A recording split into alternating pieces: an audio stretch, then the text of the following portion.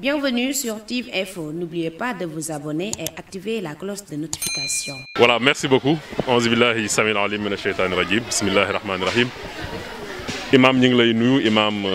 Sow di rafetlu sa teewaay ci bërëb bi di la jottaliloo nuyoo ci Imam Moussa Diop bi nga xam ne moo lay yabal waaye jaare ci moom tamit nuyu la xalif général des Tijanes Serigne Babacar Sy Mansour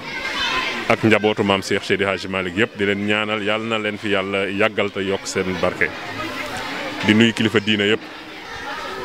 di nuyu ñi ma fi fekk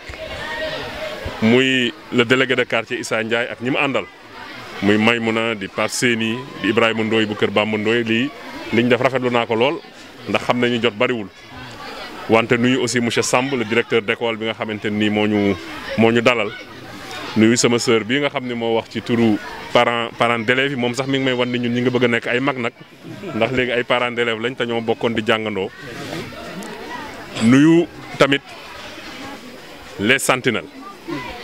yii nga xamante ni ñoo jël seen bopp tuddee les sentinelles du maire Diagne Sy Mbengue nga xam ni acte bii ñu njëkk a posé sous la houlette de leur coordinateur Cheikh Abdoul Dia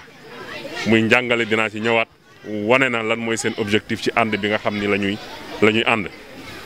nuy tout le cabinet bi nga xamante ni ñoo ànd ak man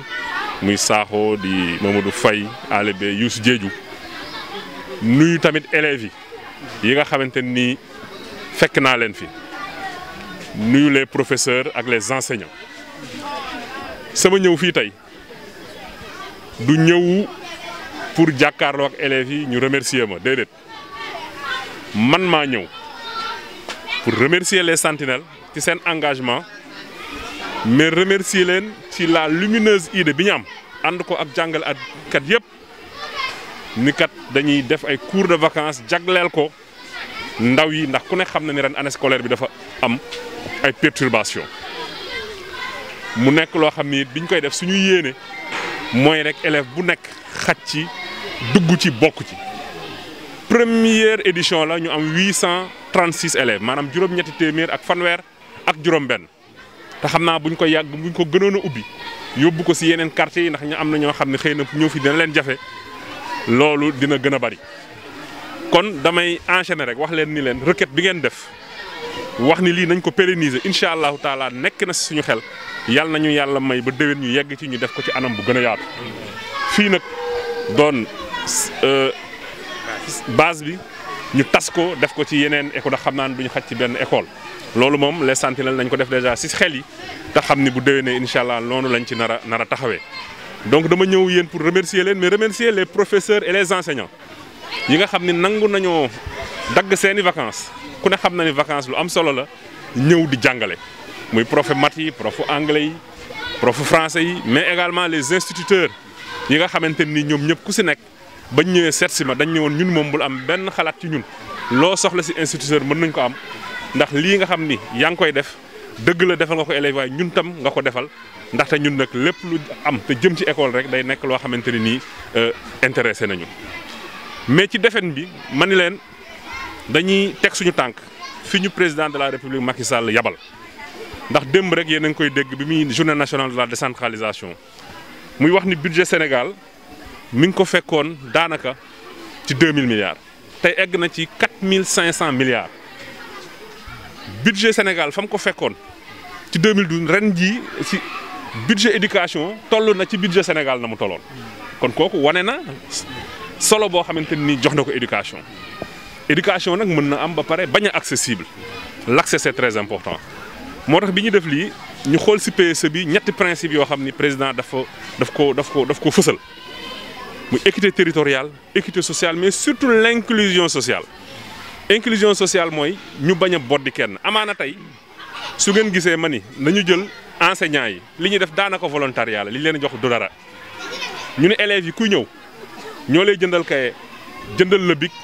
te doo fay parce que amaana kenn nee nga xeeb nga 100 francs bi muy jëndee bic ni ko na jënd bic fekk yaayam amu ko ñun daal lañ leen di laaj élèves yi mooy ñu ñëw rek toog ñu jàngal leen. tout ce qui est matériel didactique tamit ñu ut ko ci anam yi nga xamante ni moom ngeen ñu ko digale woon mais tey suñu satisfaction mooy ñu fekk élèves yi ni ñu ñëwee bari ndaxte tey jii bu ñu ñëwoon tamit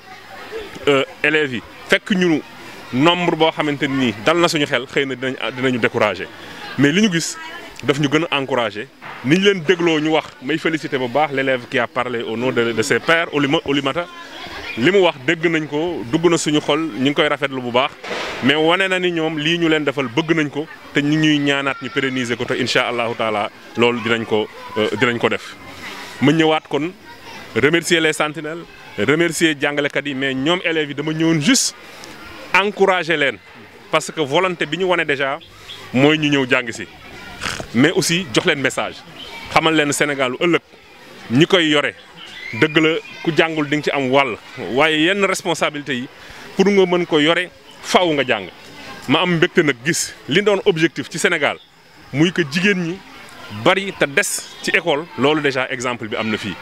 ndax fii xam naa ni su ma koy xool mën naa wax 70-30 laay wax entre les filles et les garçons loolu nekk loo xamante nii lu ñu neex la lu ñu rafetlu la te soo gisee xale yi ni ñu sawaree ci njàng mi ak toog fii ba heure wàcc jot. te bés bu nekkit ñuy ñëw heure di wàcc heure comme ni ngeen ma koy waxee mooy que ni xam nañu lii li ñu leen defal lan la surtout nag ci ren jii nga xam ni Covid bi waxuma rek secteur éducation secteur yëpp la perturbé mais éducation nag dafa nekk loo xamante ni nii ñëpp nangu nañ ni ëllëg dëkk yi nga xamante ni ñooy doon ay dëkk yu développé mooy yi nga xamante ni ñoom ñoo fonk seen éducation.